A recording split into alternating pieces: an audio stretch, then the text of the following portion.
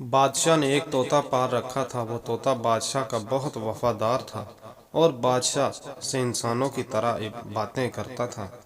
एक दिन बादशाह एक सफर पर रवाना हुआ तो मलका ने बादशाह की गैर मौजूदगी का फायदा उठाते हुए वजीर को अपने कमरे में बुलवाया। जब वजीर कमरे में दाखिल हुआ तो मलका ने कहा कि मैं बहुत अरसा से इंतजार में थी कि तुमसे अपने दिल की बात कहूँ। और फिर कहने लगी कि मैं तुम्हें बहुत पसंद करती हूँ और तुझसे ही शादी करना चाहती हूँ, मगर बादशाह को रास्ते से हटाना तुम्हारा काम है। वजीर दिल ही दिल में बड़ा खुश हुआ और कहा कि बादशाह को मैं रास्ते से हटा दूंगा। बादशाह का तोता ये सब बातें सुन रहा था। जब बादशाह वापस आया तो तोते ने सब कुछ बता दिया। बादशाह को शदीद गुस्सा आया और सीधा मलका के पास गया और कहने लगा कि सच सच बताओ, वरना अभी तुझे जमीन में जिंदा दफन कर दूंगा। मलका ने कहा कि आपका तोता झूठ बोल रहा है। बादशाह ने कहा कि ये तोता मेरा मोहसिन है, मैं हामून बादशाह की तरह एहसान फरामोश नहीं हूँ। मलका ने पूछा कि हामून बादशाह कौन है। बादशाह ने कहा कि हामून बादशाह को एक जिल्द की अजीब सी बीमारी लग गई थी। पूरी सल्तनत में इसका इलाज कोई न कर सका। फिर एक हकीम ने अपने इल्म से इसका इलाज किया और बादशाह की जिल्द मुकम्मल तौर पर ठीक हो गई। इस बादशाह ने हकीम को बहुत सारे अनामात से नवाजा तो बादशाह का वजीर हकीम से हसद करने लगा और कहा कि बेशक हकीम ने आपका इलाज किया है, मगर ये वक्ती तौर पर आर्जी इलाज है और यह हकीम एक जासूस है जो हमारे मुल्क में जासूसी करने आया था। ये सुनते ही बादशाह ने फौरन हकीम का सर कलम करने का हुक्म दे दिया। हकीम ने कहा कि अगर आपने मुझे मारने की ठान ली है तो मेरी आखिरी ख्वाहिश पूरी की जाए। बादशाह ने कहा, कौन सी ख्वाहिश? हकीम ने कहा कि मुझे मारने के बाद मेरी खोपड़ी को अपने सामने रख लेना और मेरी किताब का सफ़ा नंबर 120 पढ़ना।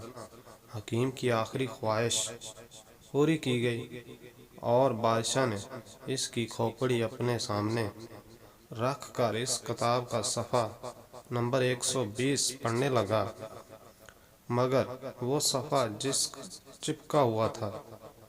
फिर मौज़ून बादशाह ने अपने लब व ज़हन से इस सफ़े को खोलने की कोशिश की तो किताब का सफ़ा पर लगी हुई जहर ने बादशाह को तकलीफ में डाल दिया और वो तड़पने लगा।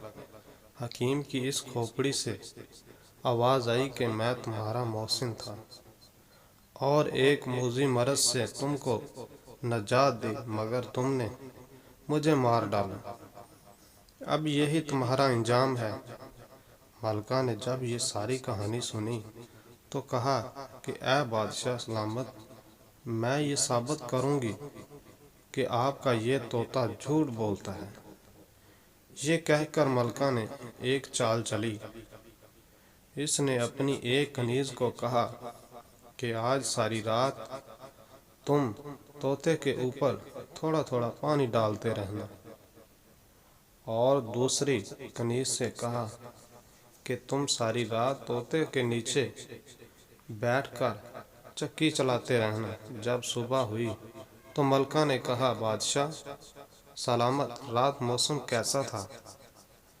बादशाह ने कहा कि मौसम तो बिल्कुल साफ था। फिर मलका ने कहा, अपने तोते से पूछ लीजिए कि रात मौसम कैसा था। जब बादशाह ने अपने तोते से पूछा, मियाँ मिट्ठू, रात मौसम कैसा था? तो तोते ने कहा, क्या बताऊं, सारी रात बारिश होती रही, रहियावर बादल गरजते रहे। मलका की ये चाल कामयाब रही और बादशाह ने अपने तोते को झूठा समझकर मार दिया। कुछ दिनों बाद یہ بات ثابت ہو گئی کہ ملکہ اور وزیر کا کوئی چکر چل رہا ہے، اور بادشاہ نے ان دونوں کو رنگے ہاتھ پکڑ لیا۔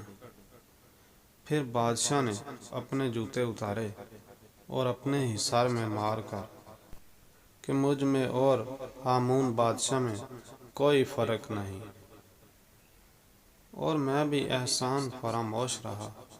اس کہانی سے ہمیں اخلاقی سبق ملتا ہے کہ ہمیں سوچنا چاہیے کہ اللہ تعالیٰ کے ہم پر بہت سارے احسانات ہیں جن کا شمار کرنا بھی ناممکن ہے۔